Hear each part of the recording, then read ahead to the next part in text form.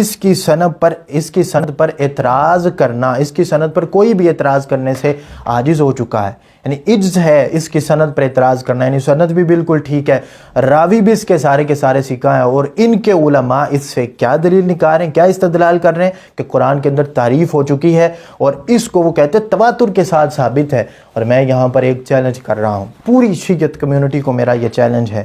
کہ وہ ہمارا یعنی اہل سنت و جماعت میں سے ایک مسلمہ شخصیت دکھائیں،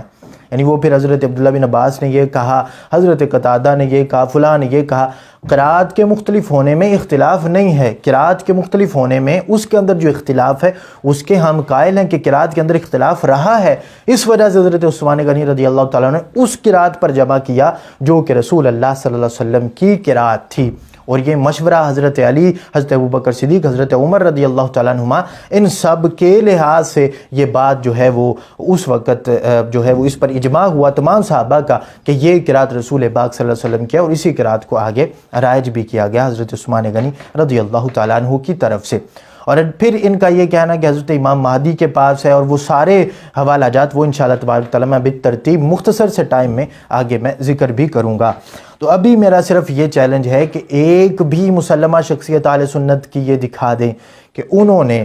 اختلاف قرات کے لحاظ سے یہ استدلال کیا ہو کہ قرآن کے اندر تحریف ہو چکی ہے، جبکہ آپ کے علماء تو یہاں تک لکھ چکے ہیں کہ تحریف بھی ہو چکی ہے، اور تواتر کے ساتھ ہر زمانے کے اندر یہ ثابت بھی ہے، تواتر کے ساتھ یہ خبریں ہم تک جو ہیں وہ پہنچتی رہی ہیں۔ اور پھر خاص طور پر جن کا یہ عقیدہ تھا، کیا آپ نے اکثر سنا ہوگا کہ حضرت جبرائیل علیہ السلام کو بھیجا حضرت علی کی طرف گیا تھا، لیکن وہ حضرت رسول اللہ صلی اللہ علیہ وسلم کی طرف چلے گئے تھے۔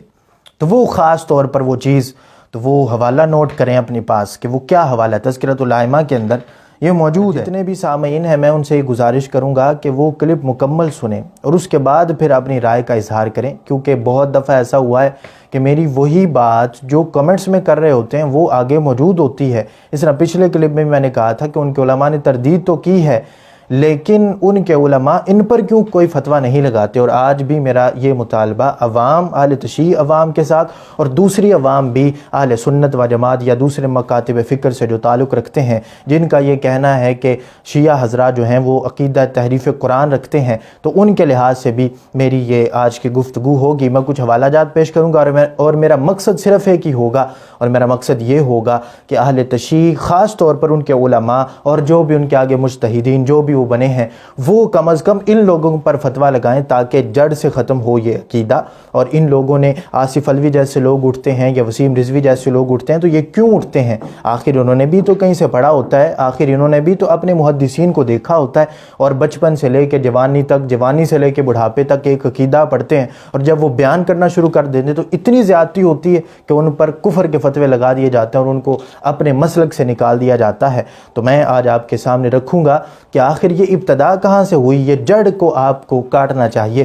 تو بلا تخیر بلا تمہید میں آپ کے سامنے کچھ حوالہ جات پیش کر دیتا ہوں، اور پورا کلپ سنیے گا تاکہ پوری وضاحت آپ تک پہنچے، اور اس کے بعد اپنی رائے کا اظہار جس نے کرنا ہو وہ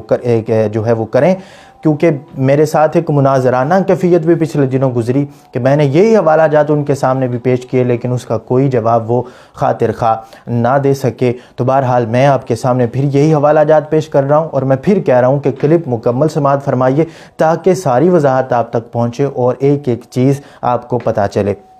اور یہ بھی پتہ چلے کہ میرا مقصد کیا ہے۔ میرا مقصد کسی کو دکھ پہنچانا، کسی کو ٹھیس پہنچانا نہیں ہے، کیونکہ محبت ہے تو وہ اللہ کی وجہ سے، بغض ہے تو وہ اللہ اور اس کے رسول صلی اللہ علیہ وسلم کی وجہ سے، اپنی وجہ سے ذاتی عداوت یا اس طرح کا ہم کوئی بھی عقیدہ نہیں رکھتے۔ تو یہ سب سے پہلے جو ہے وہ اصول کافی کے اندر ایک روایت موجود ہے، جس روایت کی مختلف تعویلات بھی کی جاتی ہیں اہل تشیع کی طرف سے۔ تو میں جو حضرت ابن عباس رضی اللہ تعالیٰ عنہما یا دوسرے اقوال پیش کرتے ہیں کہ دیکھو تمہارے اندر بھی تو یہ عقیدہ موجود ہے، میں اس کے لحاظ سے بھی گفتگو کروں گا، اسی لیے میں بار بار کہہ رہا ہوں کہ کلپ جو ہے وہ مکمل سماعت فرمائیے گا۔ اب یہ جو ہے وہ اصول کافی کے اندر جلد نمبر 2 میں ایک جو ہے وہ حدیث ذکر کی گئی، جو ان کے لحاظ سے ائمہ معصومین ہیں، 12 امام ہیں، ان میں سے ایک امام کے لحاظ سے ایک روایت ذکر کی گئی۔ کہتے ہیں علی بن حکم نے ہشام بن سالم سے، اور انہوں نے ابو عبداللہ سے روایت کیا، کہتے ہیں قال ان القرآن الذی جاء بہ جبرائیل علیہ السلام، کہتے ہیں کہ بے شک قرآن وہ جو جبرائیل علیہ السلام لے کے آئے الی محمد صلی اللہ علیہ وآلہ وسلم، رسول اللہ صلی اللہ علیہ وسلم کی طرف جبرائیل علیہ السلام جو قرآن لے کے آئے، وہ اصل میں قرآن کیا تھا؟ کہتے ہیں 17,000 آیہ، 17,000 اس کی آیتیں تھیں۔ اب اس قرآن کے اندر اور اس قرآن کے اندر کتنا فرق ہے؟ یعنی 2/3 قرآن غائب ہو چکا ہے۔ اب اس پر میں کچھ حوالہ جات پیش کروں گا، اس سے پہلے کہ یہ کہا جائے کہ یعنی تعویلات مختلف کی جائیں، ان کے محدثین کا اس کے بارے میں کیا خیال ہے اور اس کے محدثین اس کے بارے میں کیا کہتے ہیں۔ سب سے پہلے ملا باقر مجلسی مرآۃ العقول فی شرح اخبار آل الرسول، یعنی اصول کافی کی جو شرح ہے اس کے اندر جلد نمبر 12 صفحہ نمبر 525 پر وہ کہتا ہے کہ یہ جو حدیث ہے الحدیث الثامن والعشرون، اس کے بارے میں وہ کہتا ہے کہ اس کے جو راوی ہیں وہ سارے کے سارے ثقہ ہیں، اور پھر آگے جا کے وہ کہتا ہے فالخبر صحیح، اور یہ جو خبر ہے یعنی یہ جو حدیث ہے یہ بھی صحیح ہے، اور کہتے ہیں ولا یخفى ان هذا الخبر وكثير من الاخبار الصحیحہ صریحہ،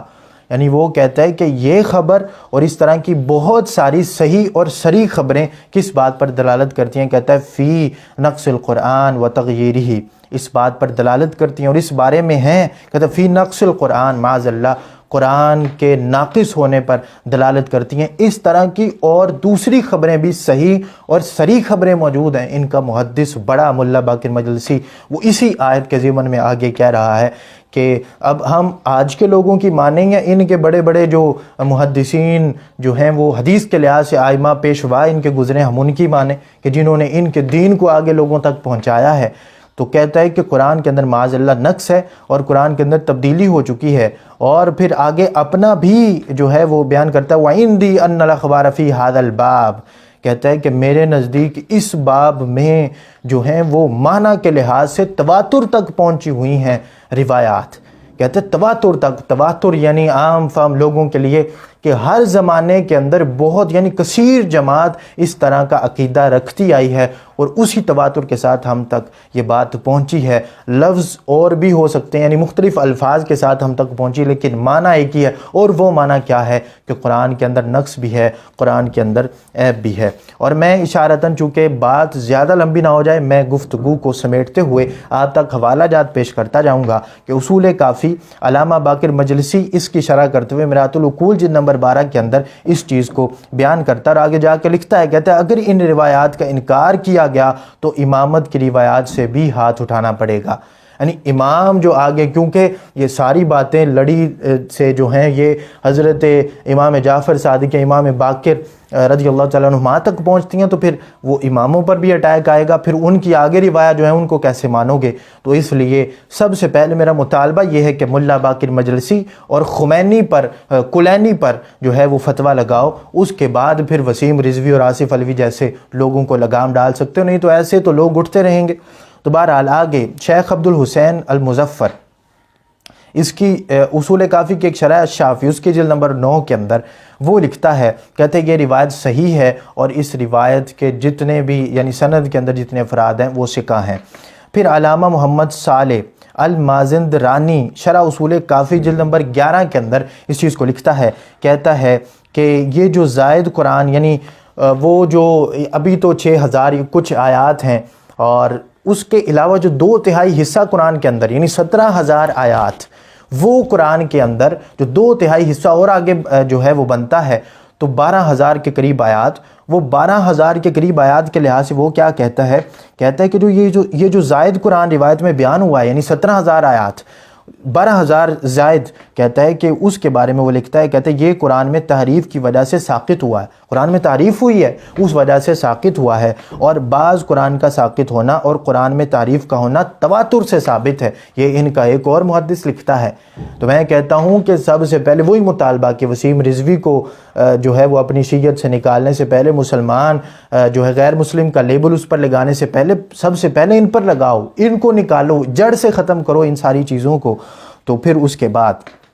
علامہ آیت اللہ خوئی وہ کہتا ہے معجم رجال الحدیث کے اندر جلد نمبر 1 کے اندر وہ بھی اس کی وضاحت کرتے ہوئے کہتا ہے کہ کافی میں جو یہ حدیث مذکور ہے اس کی سند پر اعتراض کرنا، اس کی سند پر کوئی بھی اعتراض کرنے سے عاجز ہو چکا ہے، یعنی عجز ہے اس کی سند پر اعتراض کرنا، یعنی سند بھی بالکل ٹھیک ہے، راوی بھی اس کے سارے سیکھا ہیں، اور ان کے علماء اس سے کیا دلیل نکال رہے ہیں، کیا استدلال کر رہے ہیں کہ قرآن کے اندر تعریف ہو چکی ہے، اور اس کو وہ کہتے ہیں تواتر کے ساتھ ثابت ہے۔ اور میں یہاں پر ایک چیلنج کر رہا ہوں، پوری شیعت کمیونٹی کو میرا یہ چیلنج ہے کہ وہ ہمارا یعنی اہل سنت و جماعت میں سے ایک مسلمہ شخصیت دکھائیں، یعنی وہ پھر حضرت عبداللہ بن عباس نے یہ کہا، حضرت قتادہ نے یہ کہا، فلاں نے یہ کہا۔ قرات کے مختلف ہونے میں اختلاف نہیں ہے، قرات کے مختلف ہونے میں اس کے اندر جو اختلاف ہے اس کے ہم قائل ہیں کہ قرات کے اندر اختلاف رہا ہے، اس وجہ سے حضرت عثمان غنی رضی اللہ تعالیٰ نے اس قرات پر جمع کیا جو کہ رسول اللہ صلی اللہ علیہ وسلم کی قرات تھی، اور یہ مشورہ حضرت علی، حضرت ابوبکر صدیق، حضرت عمر رضی اللہ تعالیٰ عنہما، ان سب کے لحاظ سے یہ بات جو ہے وہ اس وقت جو ہے وہ اس پر اجماع ہوا تمام صحابہ کا کہ یہ قرات رسول پاک صلی اللہ علیہ وسلم کیا، اور اسی قرات کو آگے رائج بھی کیا گیا حضرت عثمان غنی رضی اللہ تعالیٰ عنہ کی طرف سے۔ اور پھر ان کا یہ کہنا کہ حضرت امام مہدی کے پاس ہے، اور وہ سارے حوالہ جات وہ انشاءاللہ تبارک تعالیٰ میں بالترتیب مختصر سے ٹائم میں آگے میں ذکر بھی کروں گا۔ تو ابھی میرا صرف یہ چیلنج ہے کہ ایک بھی مسلمہ شخصیت اہل سنت کی یہ دکھا دیں کہ انہوں نے اختلاف قرات کے لحاظ سے یہ استدلال کیا ہو کہ قرآن کے اندر تحریف ہو چکی ہے، جبکہ آپ کے علماء تو یہاں تک لکھ چکے ہیں کہ تحریف بھی ہو چکی ہے، اور تواتر کے ساتھ ہر زمانے کے اندر یہ ثابت بھی ہے، تواتر کے ساتھ یہ خبریں ہم تک جو ہیں وہ پہنچتی رہی ہیں۔ اور پھر جو میں نے پہلے حیات القلوب سے حوالہ جات پیش کیے تھے اس کے اندر بھی حوالہ موجود تھا صفحہ نمبر 87 پر، کہ بصائر میں جو یہ موجود ہے کہ حضرت امام محمد باقر سے روایت ہے کہ خدا نے زمین میں 3 چیزیں محترم جو ہیں وہ قرار دی ہیں، ایک قرآن، دوسرا میری عطرت، اور تیسرا خانہ خدا یعنی خانہ کعبہ بیت اللہ، لیکن قرآن میں لوگوں نے تحریف کی اور تغیر کر دیا۔ یہ امام محمد باقر رضی اللہ تعالیٰ عنہ سے روایت کر رہا ہے ملا باقر مجلسی سند کے ساتھ۔ اور پھر میں نے پہلے حیات القلوب کے اندر یہ ثابت بھی کیا کہ سند بھی بسند معتبر ان کے کئی جو ہیں وہ اقوال موجود ہیں کہ قرآن پاک کے اندر جو ہے وہ تحریف ہو چکی ہے۔ اس کے علاوہ پھر جو ہے وہ ایک ان کی کتاب ہے تذکرۃ الائمہ، تالیف ملا باقر مجلسی، اس کے اندر ایک بہت مشہور اعتراض ہے جو ان پر کیا بھی جاتا ہے، اس کا بھی حوالہ میں پیش کر دوں،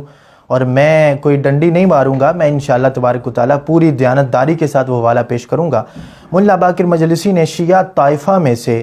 ایک طائفے کا ذکر کیا، شیعہ جو گروہ ہیں ان میں سے گروہ کا ذکر کیا، اور غرابیہ گروہ جو ہے اس کے لحاظ سے اس کا تذکرہ کیا، اور کہا کہ خاص طور پر ان کا یہ عقیدہ، یعنی باقیوں کا بھی یہ عقیدہ تھا لیکن خاص طور پر جن کا یہ عقیدہ تھا کیا آپ نے اکثر سنا ہوگا کہ حضرت جبرائیل علیہ السلام کو بھیجا حضرت علی کی طرف گیا تھا، لیکن وہ حضرت رسول اللہ صلی اللہ علیہ وسلم کی طرف چلے گئے تھے۔ تو وہ خاص طور پر وہ چیز، تو وہ حوالہ نوٹ کریں اپنے پاس کہ وہ کیا حوالہ ہے۔ تذکرۃ الائمہ کے اندر یہ موجود ہے، کہتا ہے کہ وہ جو گروہ ہے وہ کہتا ہے جی گویند خدا جبرائیل را بعلی فرستاد، کہ خدا نے تو حضرت جبرائیل علیہ السلام کو حضرت علی کی طرف بھیجا تھا، او بغلط و محمد رفت، وہ غلطی کے ساتھ رسول پاک صلی اللہ علیہ وسلم کی طرف آ گئے، حضرت جبرائیل علیہ السلام ان سے غلطی ہو گئی۔ اور پھر لکھتا ہے، کہتے ہیں خدا در نبی و علی و فاطمہ و حسن و حسین فرود آمد، اور کہتا ہے کہ خدا نبی، علی، فاطمہ، حسن اور حسین، یعنی یہ جو پنجتن پاک ہیں رضوان اللہ تعالیٰ علیہم اجمعین و صلی اللہ تعالیٰ علیہ وآلہ وسلم، رسول پاک صلی اللہ علیہ وسلم کو بھی ملا کر کہتے ہیں کہ خدا ان میں اتر آیا، اور کہتا ہے وہ علی الہ است، اور علی جو ہے معاذ اللہ وہ الہ ہے۔ یہ حوالہ تھا۔ اور اس کے بعد پھر تذکرۃ الائمہ جلد دہم کے اندر جلد نمبر 10 کے اندر ملا باقر مجلسی کیا لکھتا ہے، وہ لکھتا ہے کہ کہتا ہے کہ کہ امیر المومنین بعد از وفات حضرت رسول صلی اللہ علیہ وسلم قرآن را جمع کرد، مولا علی کرم اللہ تعالی وجہ الکریم نے رسول پاک صلی اللہ علیہ وسلم کی وفات کے بعد قرآن کو جمع کیا۔ اور پھر کہتا ہے کہ حضرت علی رضی اللہ تعالی عنہ و اورد پنست ابو بکر قبول نہ کردند، کہ وہ حضرت ابو بکر صدیق رضی اللہ تعالیٰ عنہ کے پاس آئے، اور حضرت ابو بکر صدیق رضی اللہ تعالیٰ عنہ نے اس قرآن کو قبول نہ کیا۔ کہتا گفتند مارا بقرآن تو احتیاجی نیست، میرے پاس جو میرا قرآن ہے وہ میرے لیے کافی ہے، تمہارے قرآن کی معاذ اللہ مجھے ضرورت ہی نہیں، یہ ابو بکر صدیق رضی اللہ تعالیٰ عنہ نے کہا۔ اور یہ ان کی کتابوں کے اندر لکھا ہے کہ اصلی قرآن تو حضرت علی رضی اللہ تعالیٰ عنہ نے جمع کیا تھا، اور وہ حضرت ابو بکر صدیق رضی اللہ تعالیٰ عنہ کے پاس لے کے گئے تھے۔ تو اس کے بعد ایک اور حوالہ میں پیش کروں، اور میرے پاس اللہ کے فضل اور توفیق سے 140 سے زائد ان کے مفسرین کی لسٹ موجود ہے کہ جو تحریف قرآن کے قائل ہیں۔ جیسا میں نے کہا کہ ہم چیلنج کر رہے ہیں پوری شیعت کمیونٹی کو کہ ہمارا ایک بھی عالم مسلمہ شخصیت، ایک بھی اہل سنت کی دکھا دو کہ جنہوں نے اختلاف سے استدلال کرتے ہوئے یہ کہا ہو۔ ہم اختلاف سے کوئی یعنی اس پر اعتراض نہیں کر رہے، لیکن اختلاف سے یہ استدلال کرنا کہ قرآن کے اندر تحریف ہو چکی ہے، تو اتنی بڑی بات تھی تو عوام کے اندر مشہور ہے نا کہ اہل تشیع جو ہیں وہ تحریف قرآن کے قائل ہیں۔ اب یہ میرے پاس ایک کتاب ہے انوار نعمانیہ، نعمت اللہ جزائری، اس کے اندر کیا لکھتا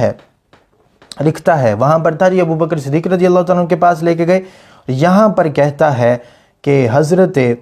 علی رضی اللہ تعالیٰ عنہ نے قرآن کو رسول اللہ صلی اللہ علیہ وسلم کے بعد جمع کرنا شروع کیا، بعد رسول اللہ صلی اللہ علیہ وسلم یعنی جمع کرنا شروع کیا، اور پھر ان کو خلفاء پر پیش بھی کیا۔ فقال لهم هذا کتاب اللہ کما انزل، حضرت علی رضی اللہ تعالیٰ عنہ لائے قرآن اور کہنے لگے کہ یہ وہ قرآن ہے کہ جو نازل ہوا تھا اللہ تبارک و تعالیٰ کی طرف سے۔ فقال له عمر بن الخطاب، حضرت عمر بن خطاب رضی اللہ تعالیٰ عنہ نے حضرت علی رضی اللہ تعالیٰ عنہ سے کہا لا حاجت بنا الیک ولا الی قراءتک،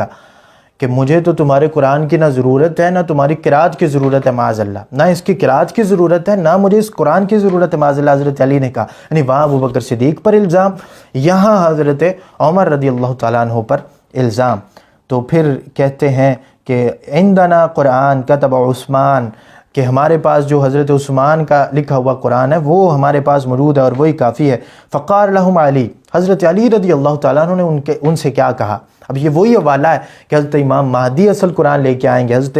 علی رضی اللہ تعالیٰ عنہ کیا فرما رہے ہیں؟ کہتے ہیں لن تروہ بعد هذا اليوم، آج کے بعد تم کبھی بھی اس کو نہیں دیکھ سکو گے۔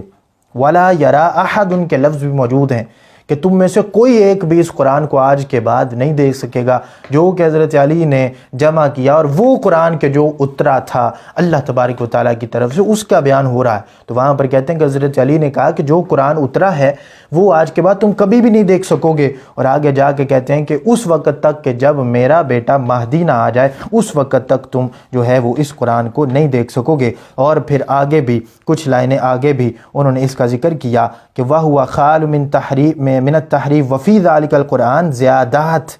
انہوں نے لکھا کہ یہ قرآن جو اس کے اندر زیادہ چیزیں بھی تھی، کہنے لگے کہ وَهُوَ خَالٌ من التحریف، یہ تو خالی ہے تحریف سے، اور کہنے لگے جو حضرت عثمان غنی رضی اللہ تعالیٰ عنہ کا قرآن ہے اس کے اندر معاذ اللہ جھوٹ بھی ہے، اور اس کے اندر تو اللہ تبارک و تعالیٰ پر افطرا بھی ہے، اور پھر یا افطرا ہے یا پھر جو ہے وہ حضرت جبرائیل علیہ السلام جو لے کے آئے تھے وہ اس کے اندر ذکر ہی نہیں کیا گیا۔ یہ حضرت علی رضی اللہ تعالیٰ عنہ کا قول انوار نعمانیہ والے نے ذکر کیا۔ اس کا خلاصہ یہ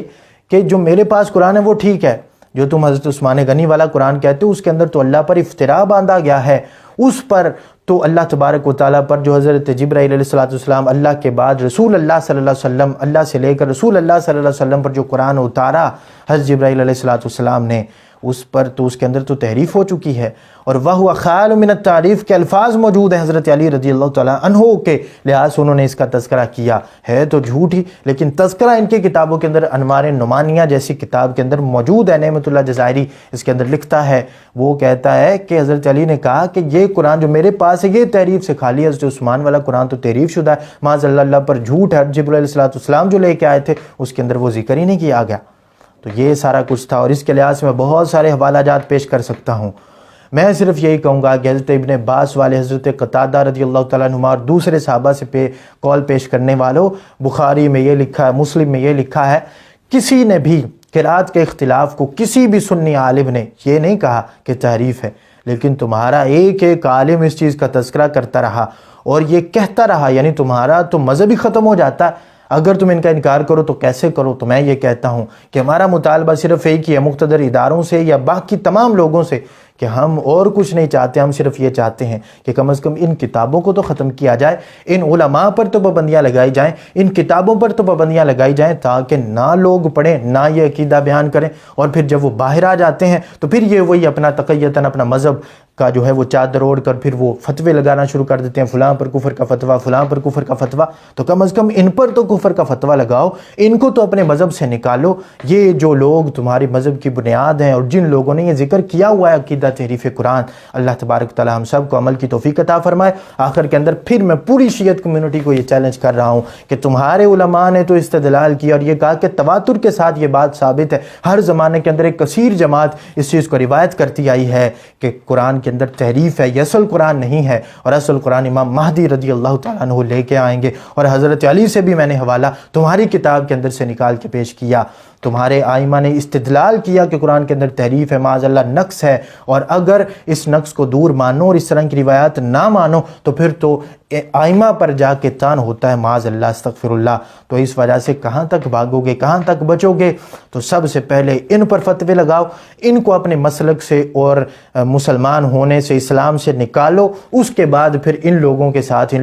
تو زیادتیاں ہیں کہ ان لوگوں کو بچپن سے لے کے جوانی تک، جوانی سے بڑھاپے تک تم وہی سبق پڑھاؤ، اور جب وہ اٹھ کے باہر بیان کر دیں تو پھر ان پر کفر کے فتوے لگانے شروع کر دو۔ تو اللہ تبارک و تعالی ہم سب کو عمل کی توفیق عطا فرمائے۔ وآخر دعوایا ان الحمد للہ رب العالمین۔